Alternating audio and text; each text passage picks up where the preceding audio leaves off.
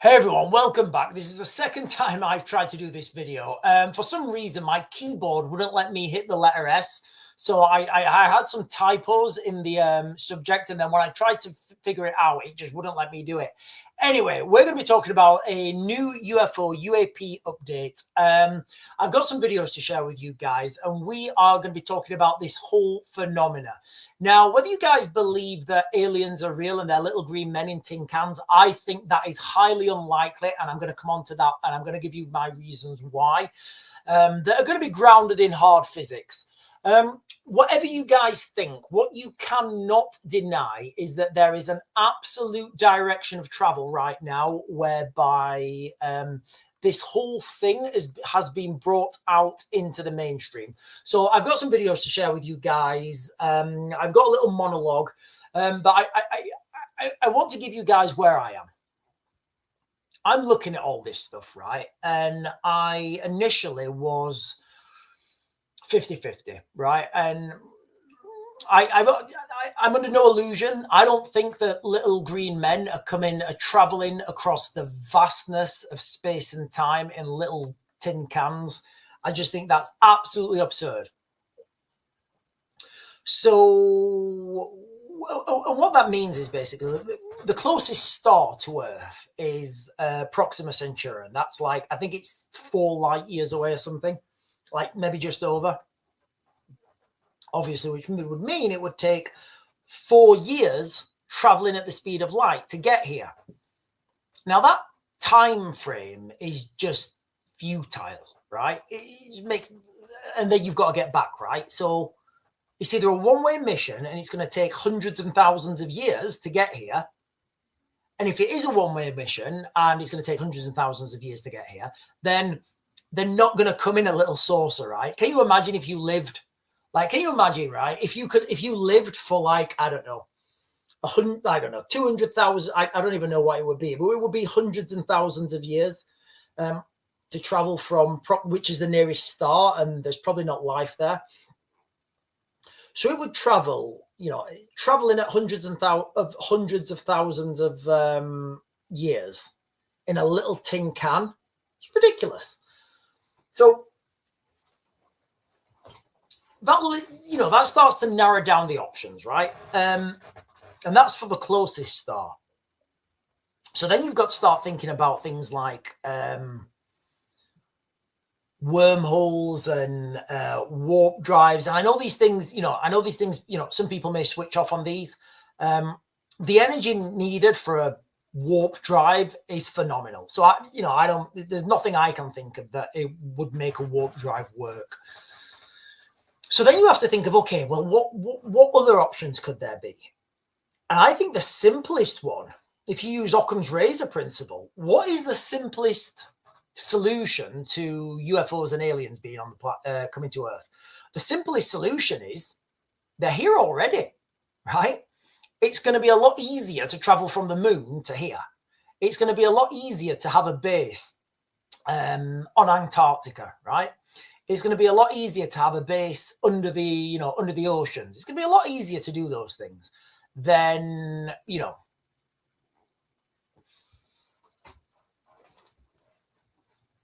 travel like these huge distances.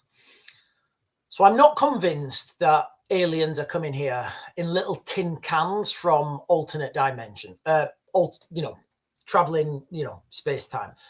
The other option would be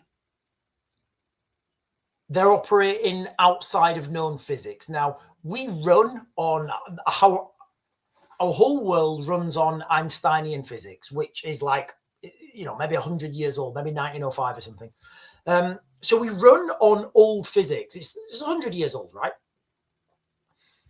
So maybe there's new physics, right? Maybe there's new equations. Maybe there's new theories that are just not being made public, right? Maybe that's the case. Equally, if you want to go down the Book of Enoch route, and I kind of alluded to this the other day when I was talking about Japan. So in 2011, when the tsunami hit Fukushima, the nuclear reactor,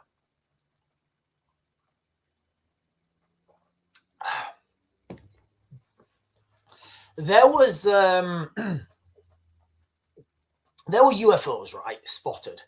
And one of the things I just thought is, and again, I know this is because I've been reading that the Book of Enoch. I've done it now. Really hard to read. It takes me about 5. I have to read each sentence about 5 times because it's written so difficult. But one of the things in the Book of Enoch is, you know, they take Enoch, right? And if you want to look at this as like they say they take him to heaven on a heavenly ship, right? With the gods. And Enoch, he describes himself in a craft, in somewhere, right? And he literally says they open these portals and he can see through. He can see through to, you know, he describes looking at a portal and seeing the jungle, right? Opening a portal and seeing the desert. Opening a portal and seeing vast oceans. Opening a portal and seeing like strange things, strange animals. So, okay, right. So take that at face value. And I know I'm going wild on this, guys. I know. Take that at face value, right? Now put that into further context. And I came to a little bit of an epiphany the other day, and I said, what if these things that we see as UFOs are not UFOs at all? What if they are somebody tearing through space-time from a different dimension, or maybe opening a portal up and just looking through? That, you know, you start, because I was watching these and I was seeing these things move around, and I was thinking, you can imagine someone, right? Imagine if you was, I don't know if you ever did this when you was a kid and you went to the seaside, right? You got like a bottle, yeah? Do you know what I'm going to do a short video on this, right? You know when you go to the seaside and you get like an old Coke bottle or something, and you cut the top off it and you put it in the water and you look down and see if you can see any fishes. You might do it in a river or something. You see where I'm going, right? What do you think them fish are thinking? Oh, it's a UFO. No, it's not. It's just somebody looking in with a little you know, with a little glass, you know, a little glass viewer or something. I just think I'm not convinced these things are little tin cans whizzing around. Anyway, right. Let me start sharing these videos, guys. I'm conscious. I don't want this video to. I don't want this to be forever. This video, is it this one? Right. So let me share this first video with you guys here.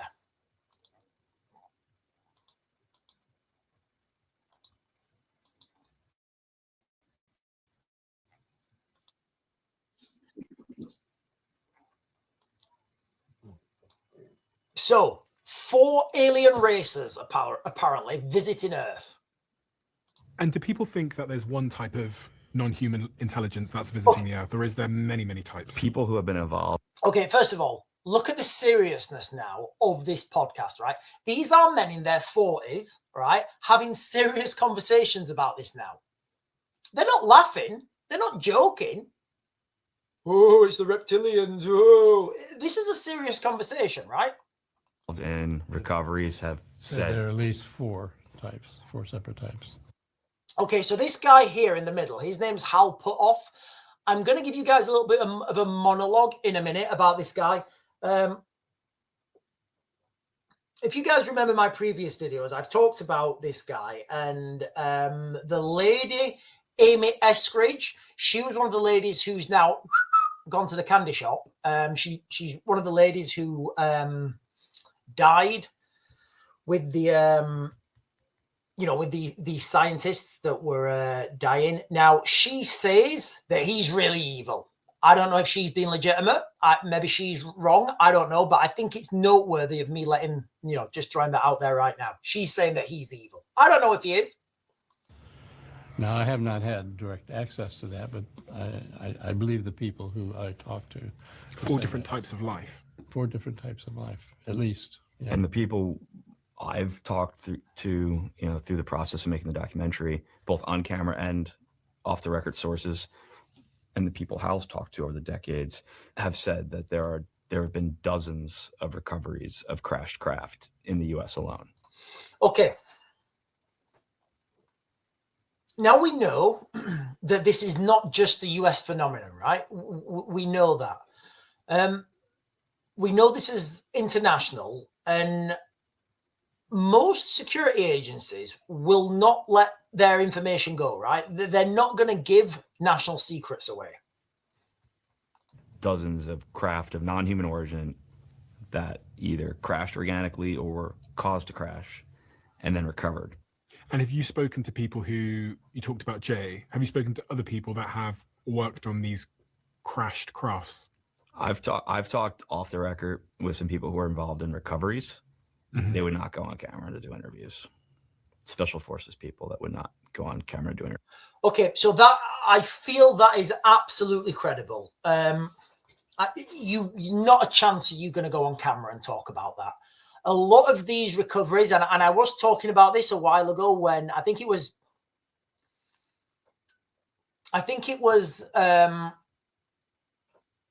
what's her name? Is it Laura Luna? Laura Luna, the American woman who's heading this up. I can't remember. I think it's Anna Luna or something. I can't remember. But what she was basically saying was a lot of the information can't be released because they want to make sure that anything regarding any laws that have been broken either needs to be redacted or they can't release that. And on the internet, people are saying, "Oh, look, they've killed people, they've done that." I was like, no. What I think they're talking about there is they've gone into other countries and just took stuff. So you can imagine now, right? Just imagine there's, I don't know, Mexico, Brazil, Argentina, Iraq. There's a lot of people saying that the Iraq war was all about Gilgamesh's resurrection chamber. But you can imagine now that these, if one of these craft was coming in and it crash landed, right? You would be able to tell that a craft is coming in. Absolutely. The energy signature. Now, if that crashed, you would want to go and recover that, right? Wouldn't you? That would be beyond national security. That would be beyond top secret. That would be beyond international law, right? Because you don't want that technology falling into the hands of the bad guys, right? You don't want all of a sudden, right, the Taliban wielding free energy or perpetual motion or, interdimensional crap. You don't want the Taliban with that. So the people who would be deployed on those missions would absolutely be, special forces. And they may or may not know what they're going to do. They will just be told, right, listen, guys, you're going to recover an item. So that's all you'll be told.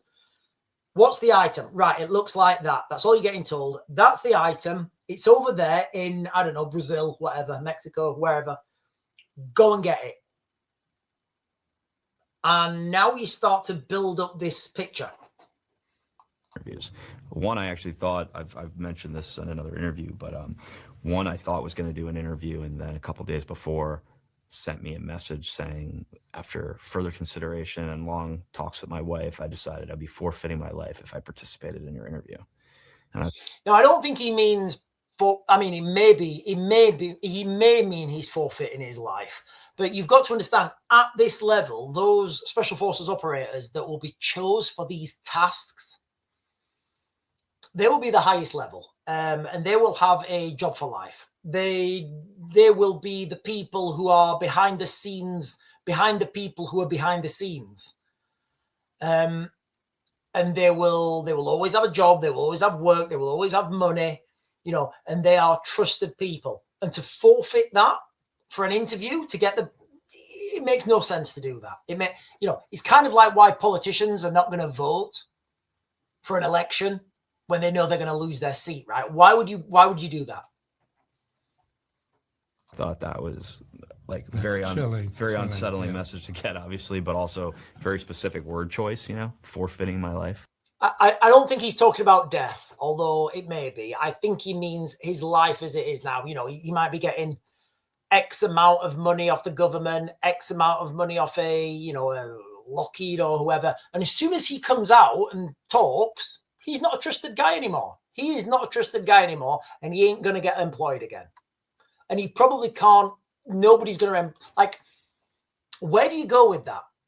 Look, guys, I've got stuff on my CV I can't even talk about. You know, it's ridiculous. So, like, where do these guys go after that? What, they're going to go like Morrison's? What did he know? He was a very senior special forces guy who had told me he had been involved in multiple recoveries. That's what he told me. Okay. See, you would use the same guys, right? Because they're trusted. And if he's a senior guy, he's got a lot of trust. You just wouldn't do it. You're not going to forfeit. You're not going to forfeit everything you've earned, everything you've worked for. You know, the US guy, I'm gonna assume he's ex-Delta or something. You know, he will have known he wanted to go in the military since he was maybe like 10 or 12 or whatever. He will be the fittest, the fastest. He will have done training courses, military courses, civilian courses, education courses. And you're not going to throw all that away for a podcast. You're just not going to do it. And I met him through some high-level intelligence people. Early on in my process, I got connected with the Senate Intelligence Committee and the Senate Armed Services Committee, and they had on their own learned the reality of the situation through the work of OSAP and then ATIP and then the UAP task force and through their own intelligence channels. Leaders on those committees wanted to educate the public about what they could lawfully about this, but they didn't really have a way to do it. It's such a complicated situation. It takes a while to explain it. You can't do it in like a 6-minute news hit on Fox or CNN or even like a 15-minute, 60-minute segment. You just can't do it. And no one wanted to be the one guy trying to do it. So when I started putting together the film and socializing this safe way for people to step forward, it also quickly became those people's plan for disclosure. That's why Secretary Rubio participated. That's why White House National Security Council members participated. It became, amongst the group of people who had learned the truth, it became the plan for disclosure, the way to bring this information out in a thoughtful way. Do the presidents of the United States know about this stuff? Are they aware? Historically, no. Historically? Yeah, no. and even Rubio says on camera that, you know, historically, this has been kept from even sitting presidents. Who would know then? So a number of the people. So just if you guys are trying to, like digest that, there, you know,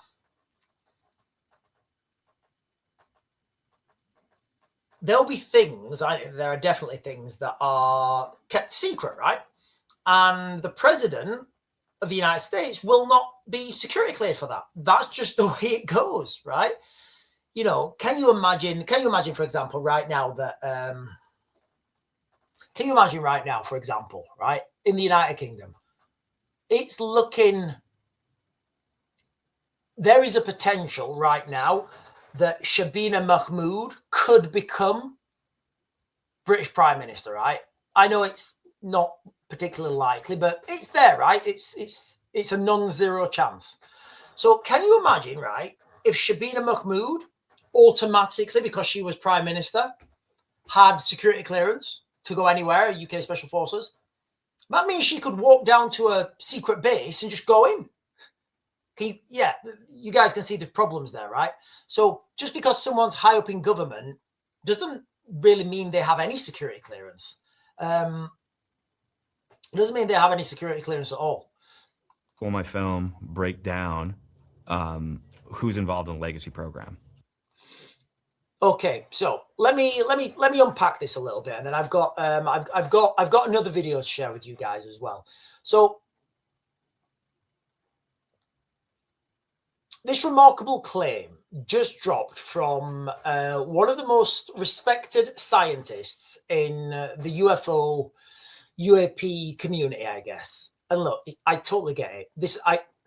Whether you think this is little green men or some sort of psychological warfare, I don't know. I'm still 50-50, but I am slightly leaning now because I'm starting to think about this. And I saw that video about in Japan.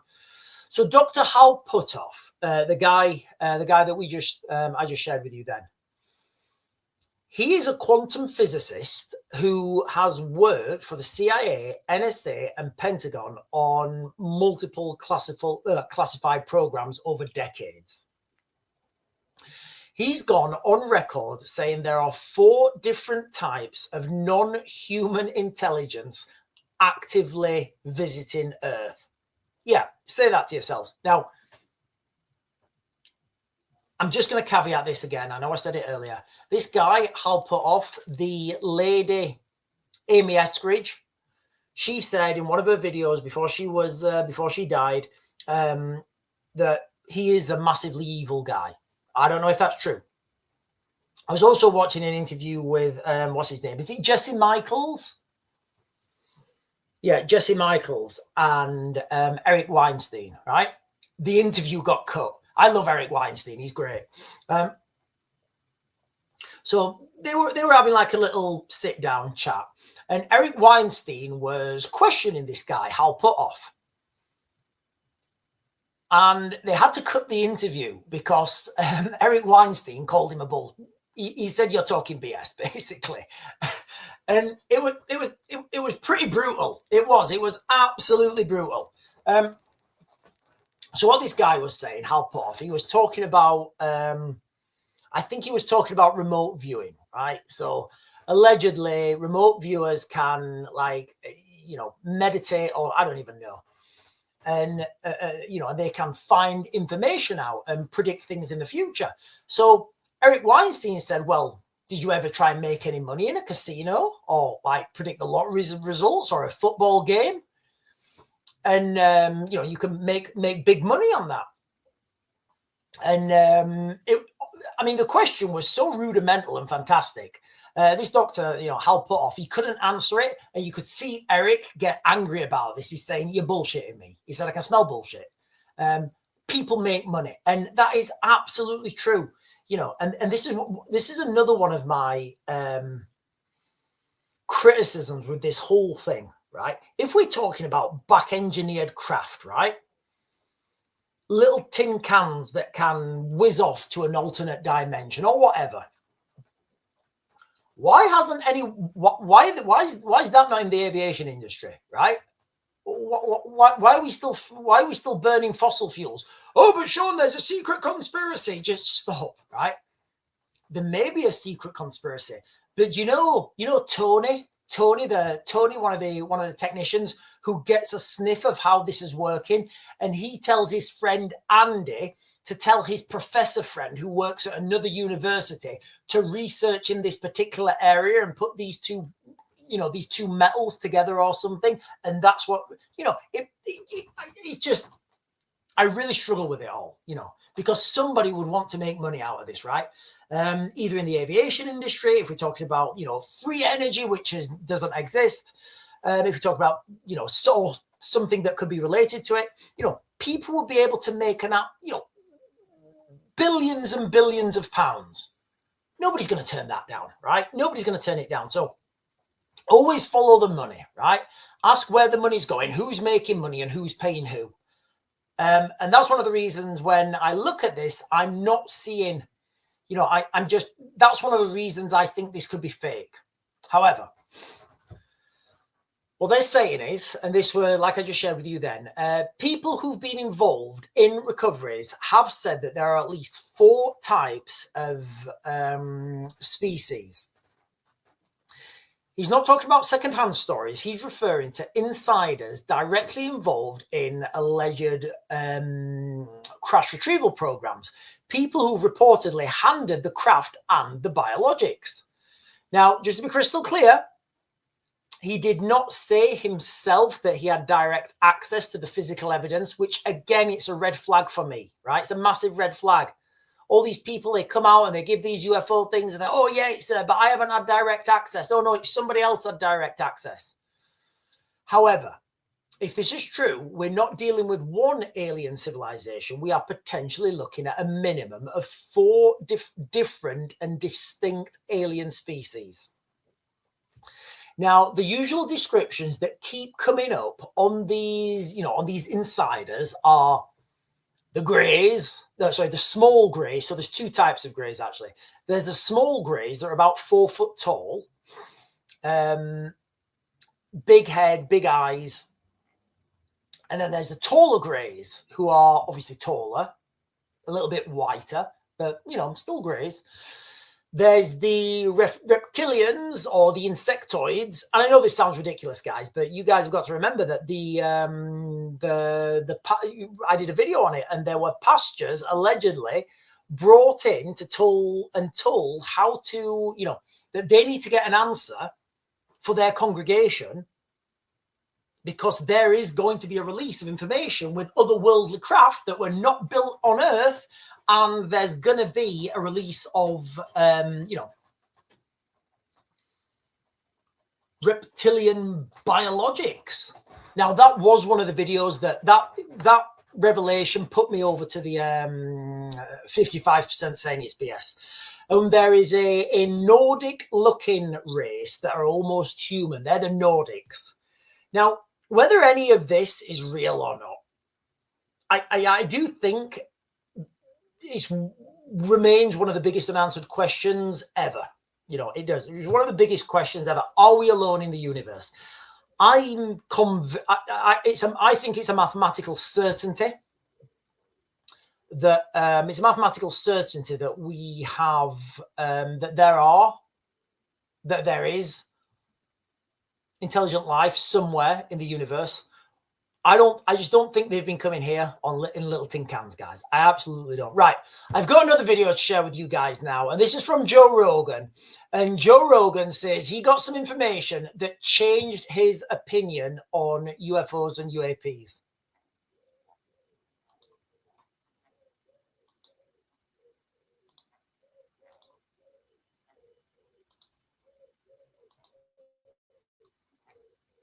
Like, if you knew anything about human psychology. Sure. Yeah. Let's get right into it. Yeah. And, you know, if he does have firsthand knowledge, he's not allowed to say it until now. That is interesting. Yeah. Because I was also under the impression he didn't have firsthand knowledge. So he did, I guess, on the podcast say that he has some firsthand knowledge. Maybe I didn't catch that. He did say it very quick. Yeah, he said it very quick. You know what? You know edging, what edging is, of course. Yeah. That's what this feels like. It feels like BDSM level, getting your cock right on the precipice of coming and then slowing down and then edging and then slowing down. It's so frustrating. It's when we talked about disclosure in the old days, the dream of disclosure, no one thought it would be this like slow drip, bureaucratic, right? Slow fucking drip. It's so frustrating. I don't pay attention to it anymore. I mean, but isn't that like? That's a really good point. Nobody's paying attention to this anymore. Now, I'm going to bring you back to the Epstein, not the files, the pictures that were released, right?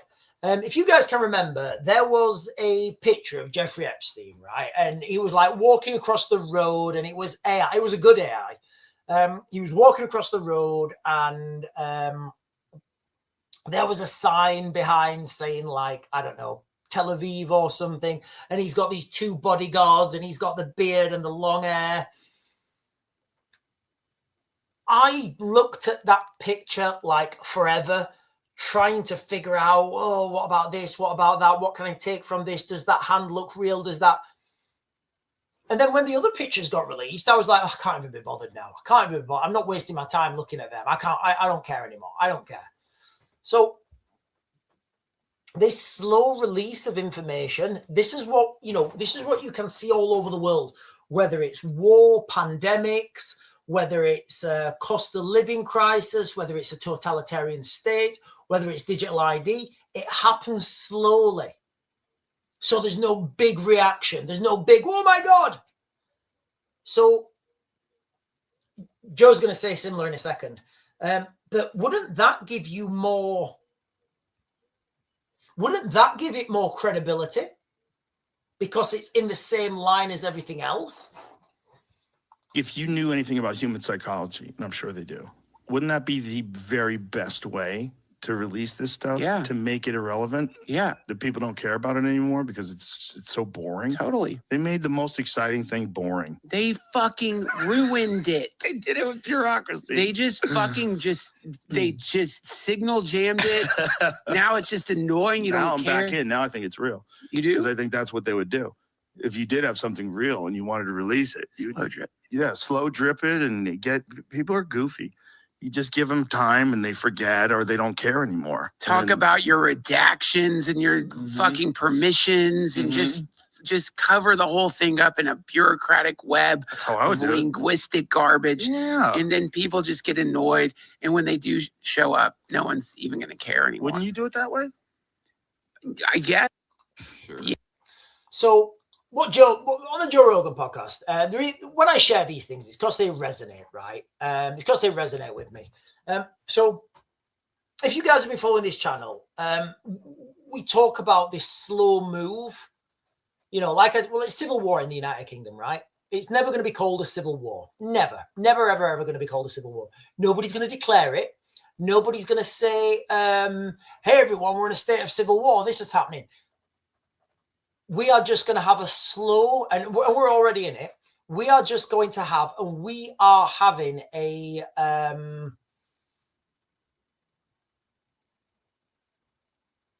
slow release, right?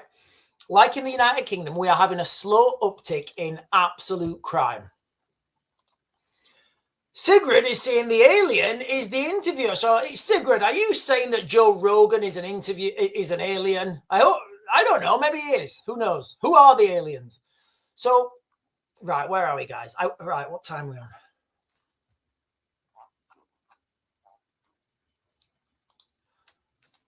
Old School Pete says, I think I've seen one of those tall greys. He had a silly walk. Maybe I should get a big net and capture it. 6 foot, I think. It wants probed, but I'm not so keen. Maybe I'll just do a dissection. I don't know. Maybe they want probing.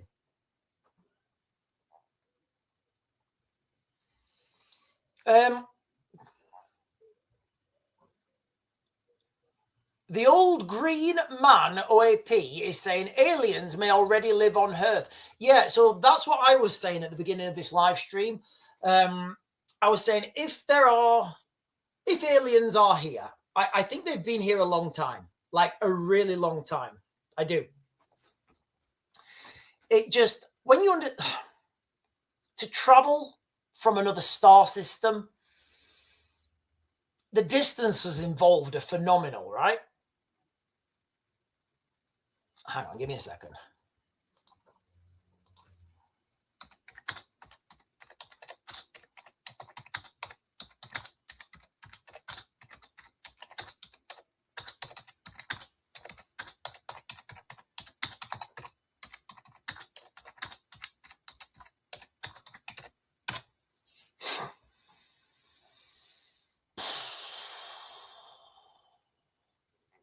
Okay, so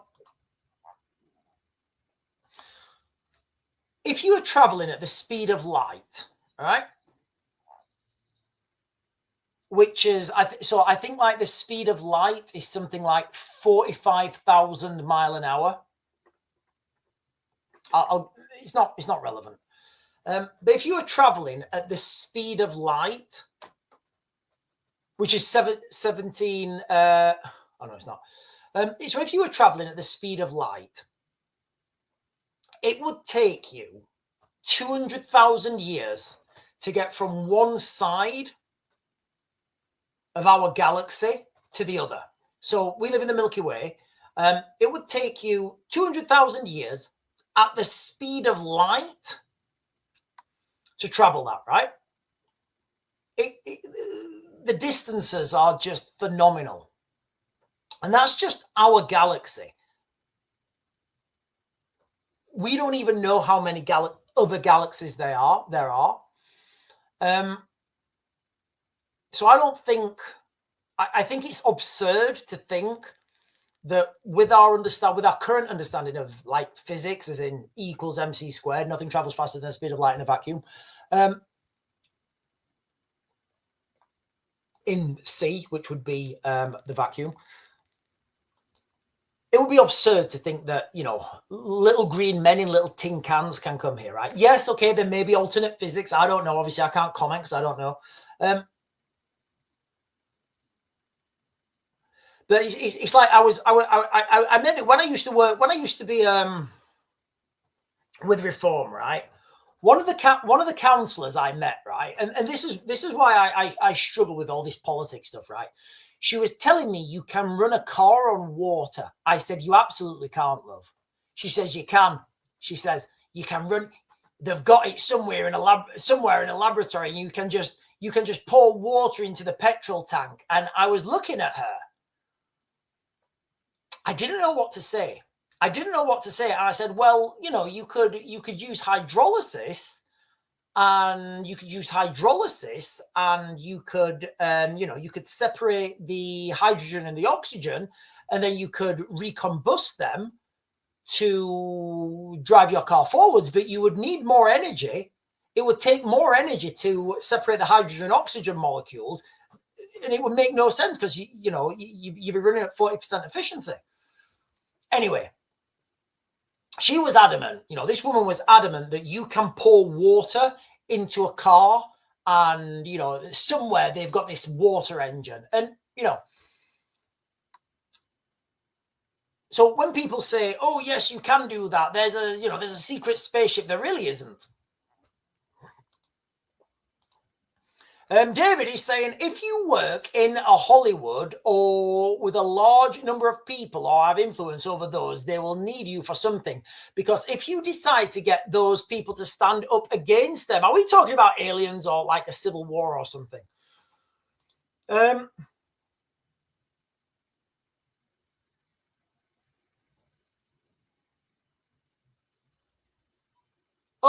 pretty sure Silly has read those books.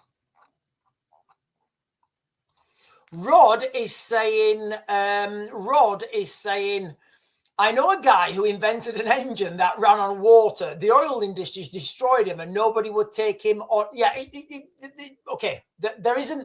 There's no energy debt. Okay, I'm not going down this, guys. I am absolutely not going down this road. Michael K is saying 2 trillion galaxies. So can you imagine now the size of the universe? It's not feasible. It's not feasible that aliens come here in little tin cans. Right, listen, guys, I am going to close this down. This is like my 4th live stream today. I'm going to close it down. I might come on later before 8 o'clock, but I don't think I am because I'm absolutely spent. I was going to come on and I was going to talk about the patent that's in the media at the moment. Governments around the world were exploring remote ways to control human cells. I'm not going to go into that. I may come on later on, but I'm certainly not going to come back on and do that because I've got lots of work to do. Anyway, guys, this was just your afternoon UAP update. Whether you guys think this is real or not, what you have to agree with is the direction of travel and the normalcy of this now have increased, guys. They really have.